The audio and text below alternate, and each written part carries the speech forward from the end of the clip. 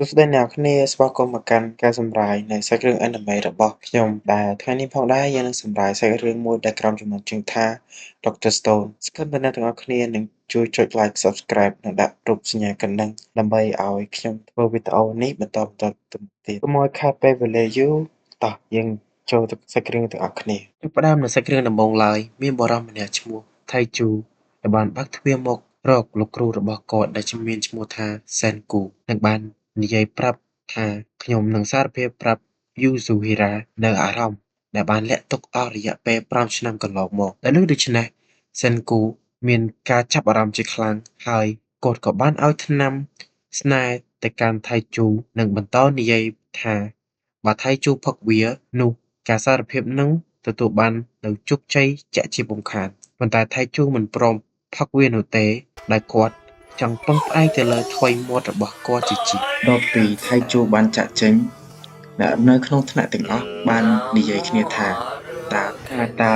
ទឹកថ្នាំមួយដបនេះនៅពេលដែលផឹកទៅស្រីនឹងស្រឡាញ់យើងមែនឬក៏អត់ប៉ុន្តែ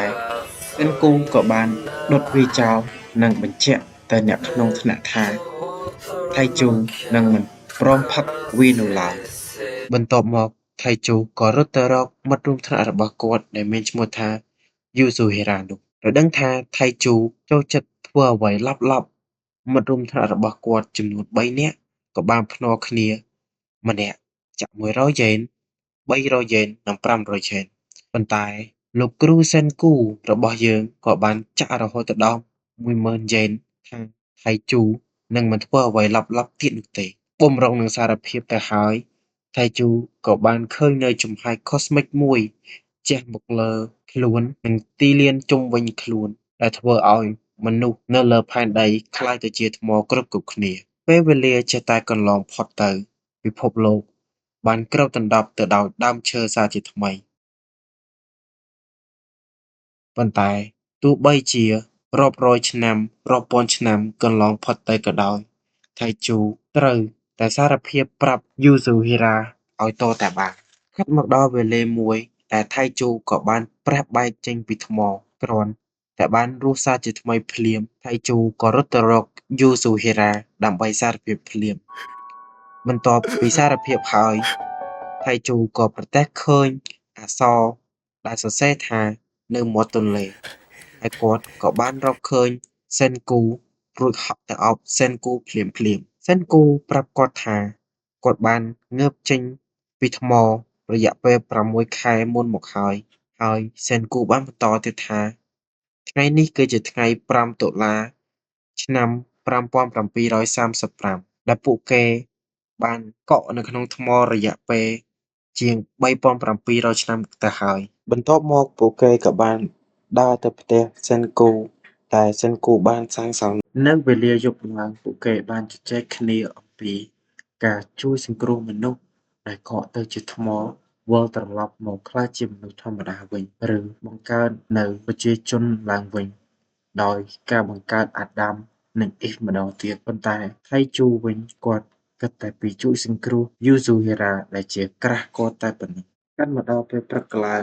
សិនគូបាននឹកឃើញថាការរួចចេញពីថ្មរបស់គាត់ជាមួយនឹងថៃជូគឺប្រហាក់ប្រហែលគ្នាដោយការស្រក់នៅអាស៊ីតនីត្រិកដែលចេញពីលាមកប្រជៀវដូច្នេះគាត់បានប្រាប់ទៅថៃជូថាប្រសិនបើចង់ឲ្យមនុស្សរួចចេញពីថ្មនេះវិញគឺពួកយើងត្រូវការអាស៊ីតនីត្រិកដែលបានមកពីលាមកសត្វប្រជៀវនិងសមាសធាតុអេតាណុលដែលបានមកពីសារទំពាំងបញ្ជូរដើម្បីបង្កើតនៅសារធាតុថ្មីមួយទៀតហៅថានីតោអ៊ីចដែលជាសារធាតុដែលអាចរំលាយរ៉ែនិងថ្មបានដោយគិតឃើញដូច្នេះបេសកកម្មរបស់ពួកគេបានចាប់ផ្ដើមដោយបង្កើតនៅសមាសធាតុនីតាអ៊ីចនេះពួកគេបានចាប់ផ្ដើមតាំងពីរដូវក្តៅរហូតដល់រដូវរងានិងត្រឡប់មករដូវក្តៅវិញហើយពួកគេក៏ទទួលបានជោគជ័យបន្ទាប់ពីចំណាយរយៈពេលអស់1ឆ្នាំនេះផ្ដើមនៅសាច់រឿងដំបូងមកក្រោយការជោគជ័យនៃការពិសោធន៍ទៅលើសត្វស្លាបមួយហើយហើយជួយបំណងចង់ទៅជួយ Yuzuriha រៀបនឹងជួយ Yuzuriha ទៅហើយស្រាប់តែគាត់នឹកឃើញថាប្រសិនបើជួយ Yuzuriha នៅ ទីនេះប្រាកដណាស់នាងនឹងគ្មានសម្លៀកបំពាក់ដូចជាពេលដែលគាត់បានចាកចេញពីថ្មនោះភ្លាមៗដូច្នេះឯង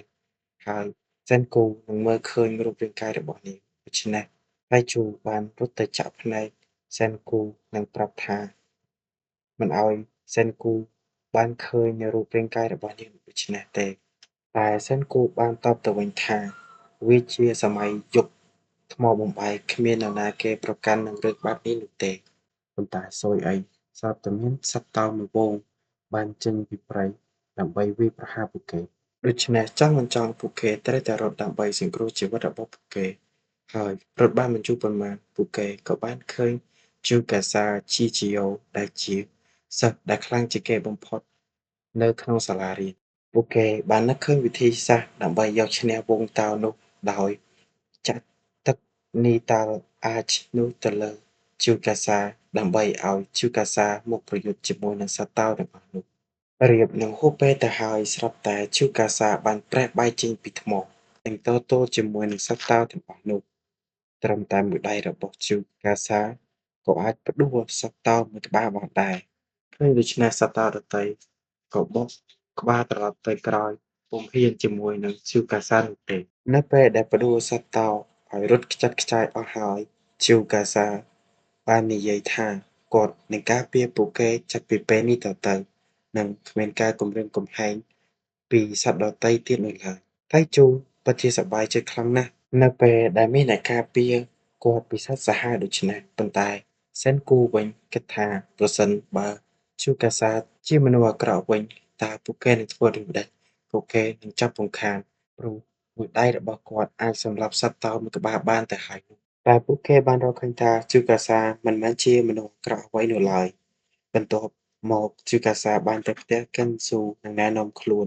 រួចក៏ចេញទៅប្រមាញ់ជ្រូកព្រៃសត្វស្លាបនិងសត្វព្រៃជាបន្តបន្ទាប់កាត់មកដល់ពេលរសៀលពួកគេបានចំណាយពេលនៅលើឆ្នេរខ្សាច់និងនិយាយគ្នាលេង ស្រាប់តែសិនគូបាននឹកឃើញថាពួកគេត្រូវការកាល់ស្យូមកាបូណាតដែលអាចហៅជាភាសាខ្មែរបានថាកំបោរដោយកំបោរនេះផងដែរមានអត្ថប្រយោជន៍ចំនួន4តាមដែលកេនស៊ូបាននិយាយ